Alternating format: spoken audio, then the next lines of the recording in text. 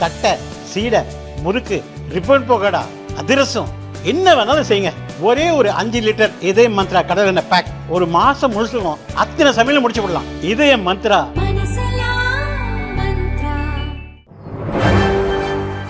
வணக்கம். செய்திச் சுருக்கம். வெறும் 15 ரூபாயில் டோல்கேட் கடக்கலாம். ஃபாஸ்டாக் புதிய திட்டம் அறிமுகம்.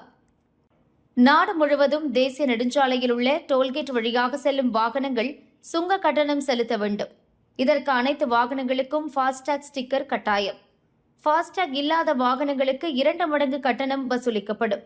சுங்கச்சாவடிகளை அடிக்கடி பயன்படுத்தும் 4 சக்கர வாகனங்களுக்காக மலிவு விலையிலான ஃபாஸ்டாக் ஆண்டு சந்தா திட்டத்தை மத்திய நெடுஞ்சாலைத்துறை அறிமுகம் செய்ய உள்ளது. ஆகஸ்ட் 15 முதல் இந்த திட்டம் அமலுக்கு வர உள்ளது. ஆண்டுக்கு 3000 ரூபாய் கட்டணம் செலுத்தினால் போதும் ஓராண்டில் 200 சுங்கச்சாவடிகளை கடந்து செல்ல முடியும். கார், ஜீப், வேன் போன்ற தனிநபர்கள் வாகனங்களுக்கு மட்டுமே இந்த பாஸ். கமர்ஷியல் வாகனங்களுக்கு பொருந்தாது. தற்பொழுது ஒவ்வொரு சுங்கச்சாவடியிலும் ஒவ்வொரு கட்டணம் வசூலிக்கப்படுகிறது. 3000 ரூபாய்க்கு வருடாந்திர பாஸ் ரீசார்ஜ் செய்துவிட்டால் 200 முறை டோல்கேட்டுகளை கடக்கலாம். எந்த சுங்கச்சாவடியை கடந்தாலும் ஒரே மாதிரியாக 15 ரூபாய் தான் செலவாகும். இந்த கட்டணம் மிக குறைவு என்பதால் வாகன உரிமையாளர்களுக்கு மிகவும் லாபகரமானதாக இருக்கும். ஓராண்டுக்குள் 200 முறை டோல்கேட்டுகளை கடந்து விட்டாலோ அல்லது ஓராண்டு முடிந்து விட்டாலோ பாஸ் காலாவதியாகிவிடும். ராஜ்மார்க் யாத்ரா செயலி மற்றும் NHAI, MORTH ஆகிய வெப்சைட்டுகளில் இந்த பாஸ் வாங்கிக் கொள்ள முடியும். மத்திய சாலை போக்குவரத்து மற்றும் நெடுஞ்சாலை அமைச்சர் நிதின் கட்கரி தமது பதிவில் 60 கிலோமீட்டருக்குள் உள்ள சுங்கச்சாவடிகளில் மீண்டும் மீண்டும் கட்டணம் செலுத்த வேண்டிய பிரச்சினைக்கு இதன் மூலம் தீர்வு கிடைக்கும். காத்திருக்கும் நேரம், போக்குவரத்து நெரிசலை குறைப்பதன் மூலமும் சுங்கச்சாவடிகளில் ஏற்படும் தகராறுகளை நீக்குவதன் மூலமும் கோடிக்கணக்கான தனியார் வாகன உரிமையாளர்களுக்கு விரைவான மற்றும் சிறந்த பயண அனுபவத்தை வழங்க முடியும் என நிதின் கட்கரி கூறியுள்ளார். சென்னை ஹோட்டல்களில் IT ரெய்டு. நடிகர் ஆர்யா வீட்டிலும் அதிரடி. சீஷெல் ஹோட்டல் யாருக்கு சொந்தம்?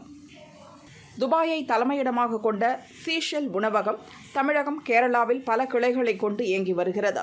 இந்த உணவகங்களில் அரேபிய உணவு வகைகள் விற்பனை செய்யப்படுகிறது. சென்னையில் அண்ணா நகர், வேளச்சேரி, கொட்டிவாக்கம் உள்ளிட்ட 5 இடங்களில் சீஷெல் உணவகம் செயல்பட்டு வருகிறது. இங்கு வரி ஏய்ப்பு நடப்பதாக வருமான வரித்துறைக்கு புகார்கள் சென்றன. அதன் அடிப்படையில் சென்னையில் அண்ணா நகர், வேளச்சேரி, கொட்டிவாக்கம் ஆகிய இடங்களில் உள்ள சீஷெல் உணவகத்தில் இன்று காலை முதல் வருமான வரித்துறை அதிகாரிகள் சோதனையில் ஈடுபட்டனர்.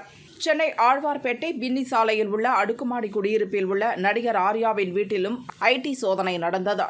சீஷெல் ஹோட்டல்கள் மற்றும் அது தொடர்பான இடங்கள், ஆர்யாவின் வீடு என சென்னையில் கிட்டத்தட்ட 10 இடங்களில் ஒரே நேரத்தில் IT அதிகாரிகள் சோதனை நடத்தினர். சீஷெல் ஹோட்டலிலும் ஆர்யா வீட்டிலும் ஒரே நேரத்தில் சோதனை நடந்ததால் சீஷெல் ஹோட்டல்கள் ஆர்யாவுக்குத்தான் சொந்தமானது என தகவல் பரவியது. ஆனால் அது தனக்கு சொந்தமானது அல்ல, அதை வேறொருவர் நடத்தி வருகிறார் என ஆர்யா விளக்கமளித்துள்ளார். சீஷெல் ஹோட்டல்களை கேரளாவைச் சேர்ந்த தொழிலதிபர் குன்ஹி மூசா நடத்தி வருகிறார்.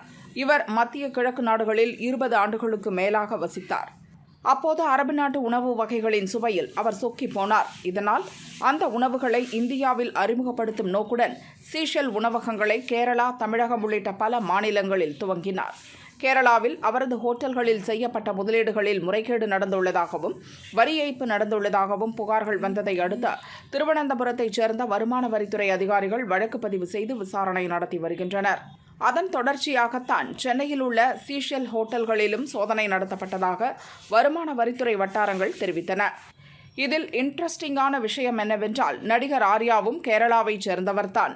அண்ணா நகரில் உள்ள சீஷெல் உணவகத்தை நடிகர் ஆர்யாதான் முதலில் நடத்தி வந்துள்ளார். ஆனால் அதையும் குன்ஹி மூசாவுக்கு சில ஆண்டுகளுக்கு முன் விற்றுவிட்டார் என கூறப்படுகிறது. சோதனையின் முடிவில் தான் கணக்கில் வராத எவ்வளவு பணம், ஆவணங்கள் சிக்கின என்ற விவரங்களை கூற முடியும் என வருமான வரித்துறை அதிகாரிகள் கூறினர். சாமி சிலைகள் உடைப்பு, திரண்ட ஊர் மக்கள். அண்ணாமலை கோபம். கோவை சின்னியம்பாளையத்தில் பிளேக் மாரியம்மன் கோவில் உள்ளது. இன்று காலை கோவில் பூசாரி நடை திறக்க வந்தபோது உள்ளே விநாயகர், ராகு, கேது உள்ளிட்ட சிலைகள் உடைக்கப்பட்டிருந்தது. அதிர்ச்சியடைந்த அவர் போலீசாருக்கு தகவல் கொடுத்தார். தகவல் பரவி ஏராளமான மக்கள் குவிந்தனர்.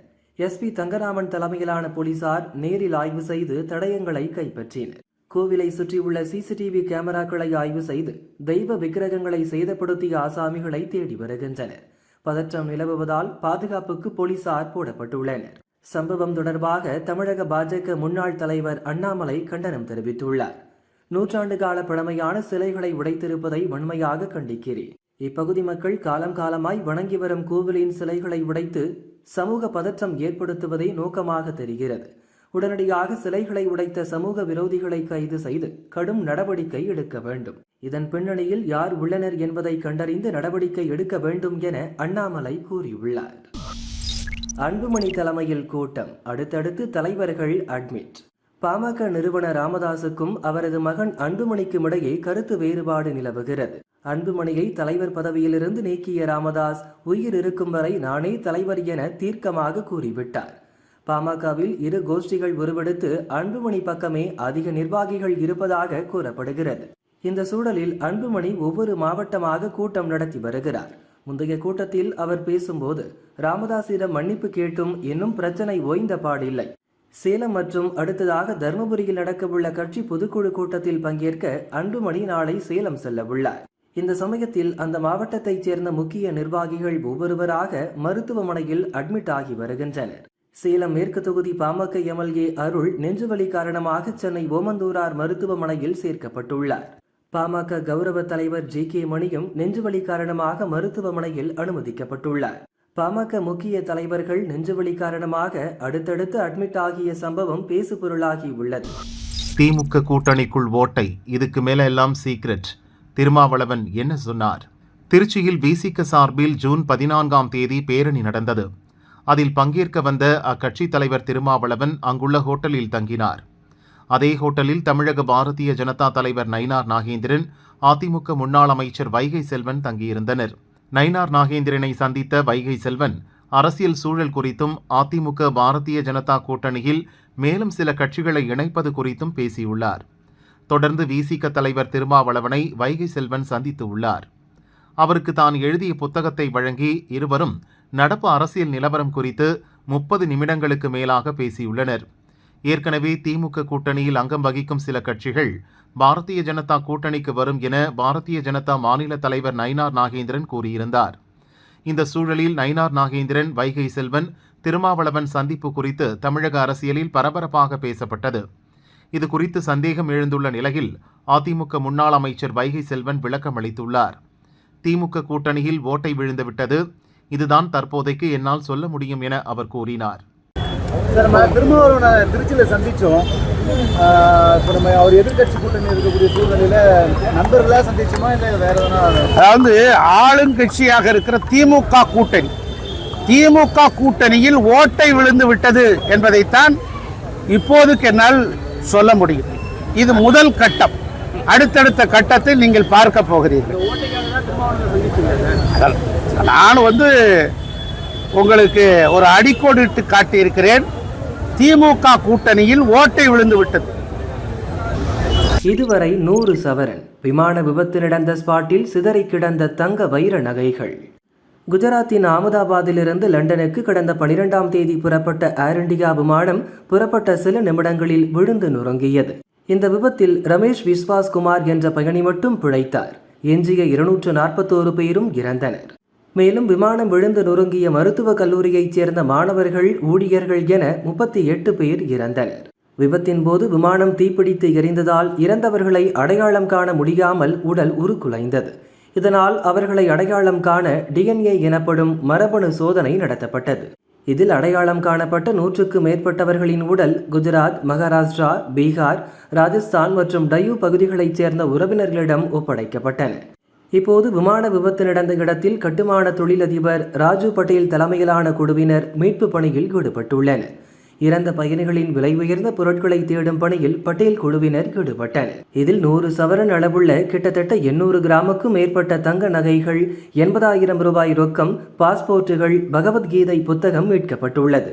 இவை அனைத்தையும் போலீசாரிடம் ஒப்படைத்தனர். மீட்கப்பட்ட அனைத்து உடைமைகளும் ஆவணப்படுத்தப்பட்டு வருகிறது. உறவினர்களிடம் விரைவில் திருப்பி தரப்படும் என்றும் உள்துறை இணையமைச்சர் ஹர்ஷ் சங்கவி கூறியுள்ளார்.